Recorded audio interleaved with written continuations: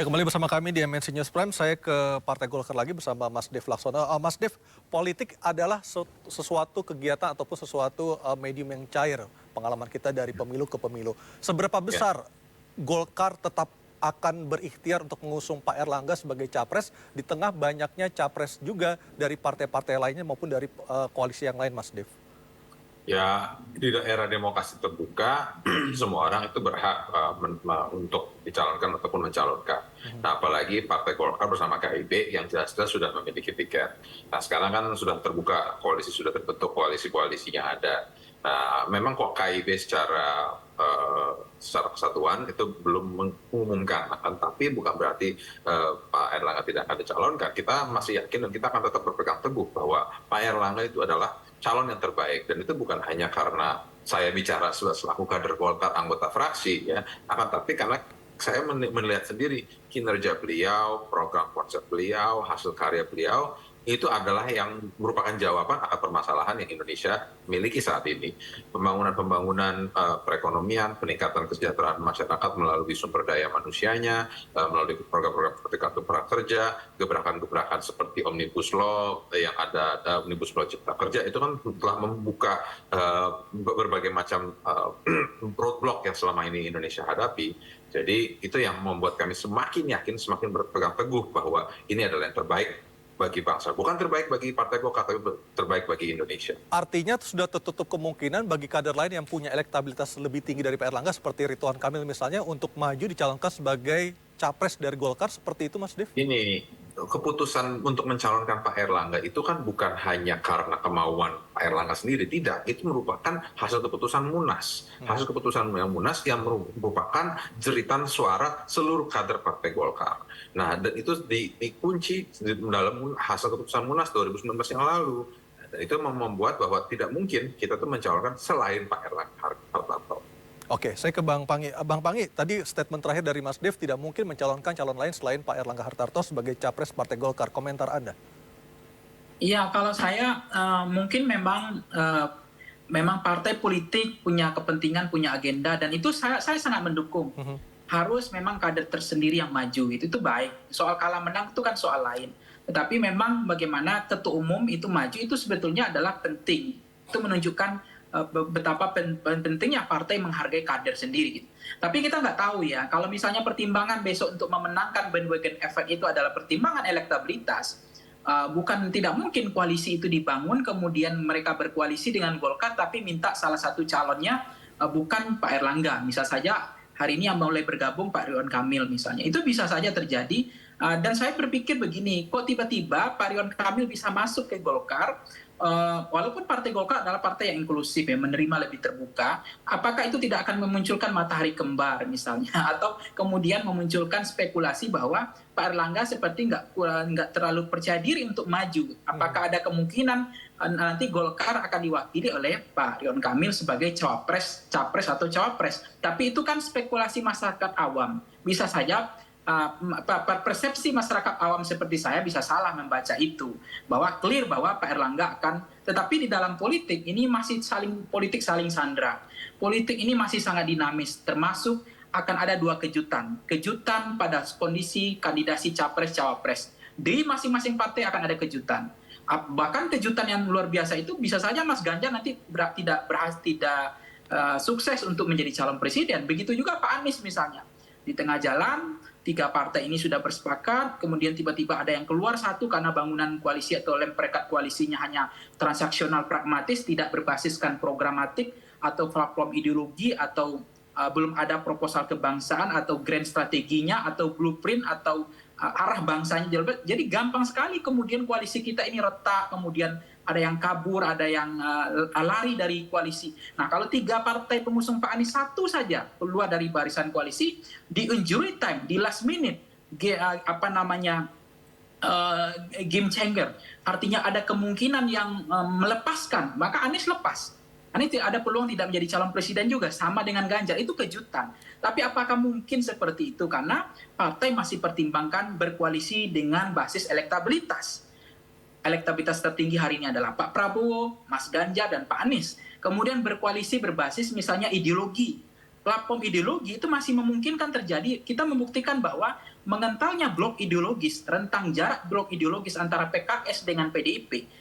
Kemudian saya tidak tahu dengan Demokrat apakah itu ideologi atau tidak, tetapi agak menyulitkan kemungkinan mereka akan membangun koalisi. Itu salah satu model bahwa koalisi ini agak kesulitan untuk mencari chemistry, kemudian penjajakan, penyamaan persepsi agak tertutup.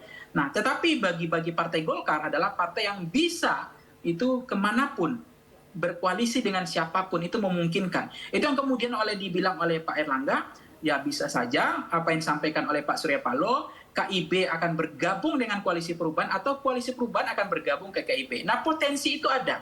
Sepanjang yang saya lihat, ini adalah tahap penjajakan, penyamaan persepsi, membuka ruang gerak, membangun silaturahmi politik di dalam konteks bagaimana kemudian mereka punya proposal kebangsaan. Jadi menurut saya, jangan sampai koalisi kita ini hanya melulu bicara soal kandidasi, soal capres. Karena itu rawan sekali. Ini yang kemudian saya katakan koalisi berbasis transaksional pragmatis seperti ini, mestinya cari model lain yang membangun lem perekat koalisi itu kita makin kuat. Jadi tidak hanya berbasis kepada figur, ketokohan, dan kandidat. Ini menjadi penting untuk bangunan koalisi kita supaya koalisi kita itu tidak terkesan pragmatis dan transaksional.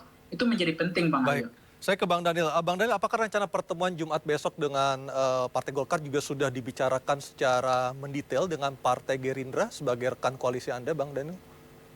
Sudah, setiap langkah selalu kita komunikasikan secara bersama di Sekber kan. Apakah juga sudah diomongkan juga dengan Gerindra rencana untuk menarik Golkar kalau bisa juga bergabung dengan koalisi Kebangsaan Indonesia Raya, Bang Daniel? Sudah. Artinya kita saling berkomunikasi. Tentu kita kalau ingin mengajak kan nggak mungkin kita ngajak sendiri tanpa saling memberitahukan ya. Segala keputusan kita diskusikan, kita putuskan bersama, termasuk berkunjung bersilaturahmi ke Golkar, termasuk mengajak membuka peluang bagi Golkar untuk bergabung. Apa daya tarik yang ditawarkan Partai Gerindra dan juga PKB agar Golkar mau bergabung dengan partai Anda, Bang Daniel? Ya, koalisi ini punya potensi kemenangan yang tinggi, ya, dan kita berharap Golkar menjadi bagian dari kemenangan tersebut, sehingga bisa bersama-sama menentukan arah pembangunan Indonesia ke depan.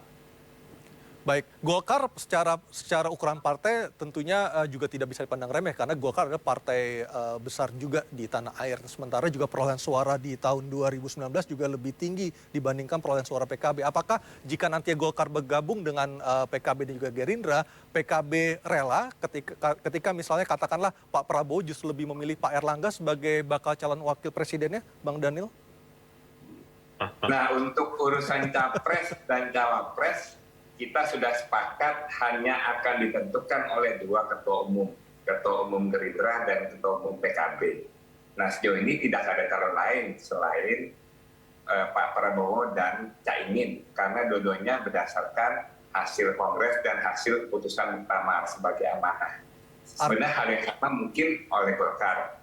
Nah, tetapi apakah nanti keputusan dua ketua umum ini ada kejutan-kejutan lain, saya nggak paham. Tetapi kedua partai akan menjalankan apa yang menjadi keputusan kedua ketua umum.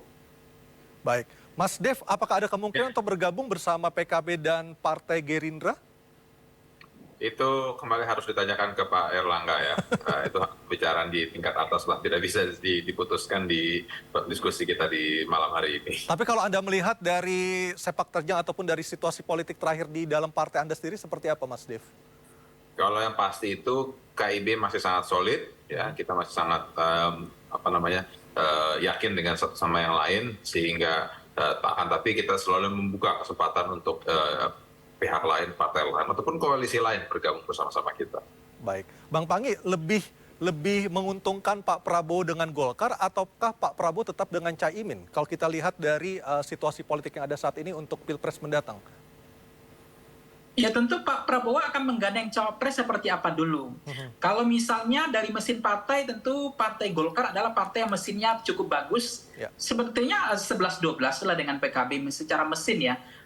Tumbuh secara merata, infrastruktur maupun suprastruktur politiknya. Apalagi dua partai ini terutama Golkar ya, kepala daerahnya itu kan banyak sekali. Jadi artinya mereka tuh punya tidak hanya berbasis food getter atau selegram saja, tetapi anak bupati, anak gubernur, banyak caleg-caleg yang berkualitas, dan saya pikir itu jadi menjadi penting juga pertimbangan bagi Pak Prabowo. Maksudnya ini mesinnya bagus sekali Golkar. PKB juga saya lihat di desa di mana-mana PKB cukup menguasai juga calegnya, kepala daerahnya dan seterusnya. Jadi mungkin ini kontemplasi juga bagi Pak Prabowo. Kalau dari segi elektabilitas misalnya, kalau kita lihat Pak Erlangga dengan Caimin, itu memang ini juga tidak terlalu signifikan juga. Saya lihat nggak ada yang leading masuk 5 besar gitu dari segi elektabilitas. Masih besar peluang mereka itu positioning-nya baru sebagai cawapres. Baik itu adalah Caimin maupun kemudian Pak Erlangga belum leading sebagai elektabilitas yang cukup menjanjikan. Ini mungkin menjadi kendala juga bagi partai politik. Apakah Pak Prabowo akan menggandeng yang elektabilitasnya cukup tinggi? Atau bisa saja nanti Pak Prabowo menggandeng cawapres berbasiskan kepada basis wilayah. Caimin apakah kuat nanti di Jawa Timur, itu menjadi penting bagi Pak Prabowo untuk mengunci kemenangan di Jawa Timur, atau paling tidak mengimbangi atau membuat lapangan di sana cukup datar. Nah itulah yang kemudian Caimin mungkin penting bagi Pak Prabowo di Jawa Timur atau di Jawa Tengah. Begitu juga Pak Erlangga mungkin di basis-basis Golkar seperti di Sumatera atau di Sulawesi atau di Kalimantan, sehingga menjadi pertimbangan juga Pak Prabowo menggandeng namanya Pak Erlangga Hartarto. Tetapi memang secara kondisi hasil survei Voxpol kemarin menunjukkan cawapres yang paling potensial untuk Pak Prabowo itu adalah ada 5 nama sebetulnya. Selain ada nama Pak Sandiaga Uno, ada nama kemudian Ridwan Kamil, ada juga nama seperti Khofifah, termasuk Erick Thohir gitu. Tetapi elektabilitasnya Pak Erlangga masih ada menyimpan masalah. Bagaimana kemudian itu menjadi penting bagi partai untuk memastikan apakah memang positioning beliau ini cukup sebagai capres atau cawapres. Hasil survei Voxpol menunjukkan memang Pak Erlangga positioningnya baru sebagai cawapres yang cukup potensial juga, cukup menjanjikan juga, termasuk Caimin baru positioningnya sebagai cawapres bukan sebagai capres dari segi elektabilitas. Itu tergantung kebutuhan, karena cawapres ini ada 5 faktor. Orang bisa menggandeng cawapres karena pertimbangan adalah elektabilitas, bisa juga membawa partai, mesin partai, kemudian membawa logistik, ada juga membawa kemudian polarisasi seperti munculnya Ki Haji Ma'ruf Amin adalah blok ideologi yang mengental, kemudian mereka butuh nasionalis dengan religius walaupun sama-sama Islam, tetapi blok ideologi itu kadang-kadang membutuhkan ini nasionalis, ini Islam. Itu kemudian juga pertimbangan di luar itu bisa saja pertimbangan basis wilayah. Wilayah menjadi penting untuk menentukan. Misalnya begini, baik itu Pak Prabowo akan menggandeng siapa berdasarkan basis wilayah yang saya jelaskan tadi, mana yang menguntungkan secara elektoral, yang bisa menambah elektabilitas Pak Prabowo. Tentu yang irisan pemilihnya berbeda dengan Pak Prabowo. Tidak boleh irisannya sama untuk menambah lumbung elektoral atau bagaimana kemudian bisa menjadi menaikkan elektabilitas Pak Prabowo.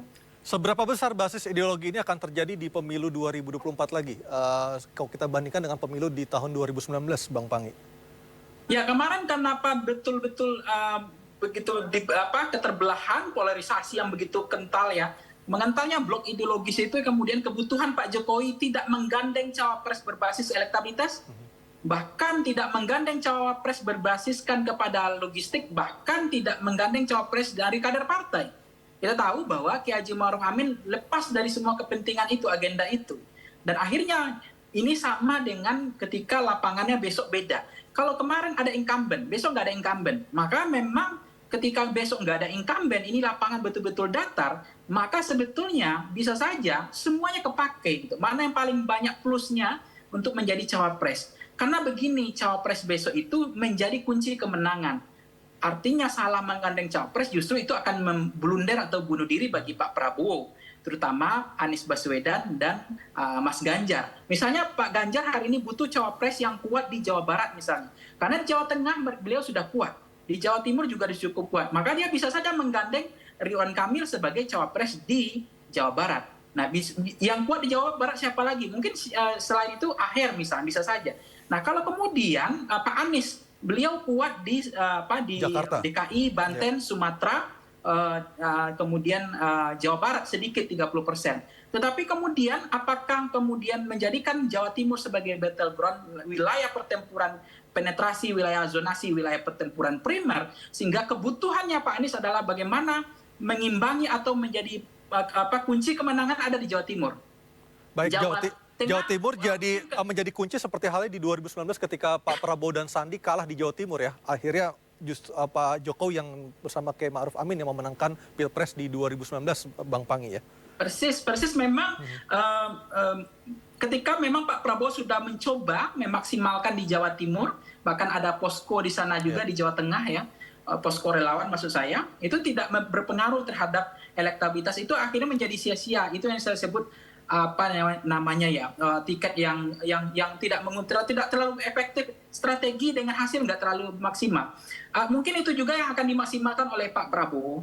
Apakah akan memaksimalkan wilayah yang sebetulnya sudah nggak mungkin diganggu lagi? Artinya ambil wilayah yang penting di luar itu gitu. Baik. Misalnya Pak Anies tadi akan mengambil wilayah fokus ke Jawa Timurnya. Nah itu ada Khofifah misalnya dari NU, muslimatnya, perempuan, kepala daerah. Kemudian ada di situ juga Yeni Wahid yang kuat secara basis di Jawa Timur, termasuk ada Gus Ipul ya, Sekjen PBNU, termasuk pernah jadi wakil kepala daerah juga, gubernur sana. Jadi ini akan menjadi penting ya, kalau salah kalkulasi, salah menghitung secara matematika politik, terlalu gegabah atau sembrono, tidak hati-hati menggandeng cawapres, disitulah sebetulnya langkah mati bagi calon presiden kita ini. Baik dari Pak Anies, mau Ganjar, termasuk Pak Prabowo, karena elektabilitas mereka masih di rentang range margin of error, masih sangat kompetitif, masih sangat dinamis, tidak seperti Pak Jokowi yang leading waktu itu,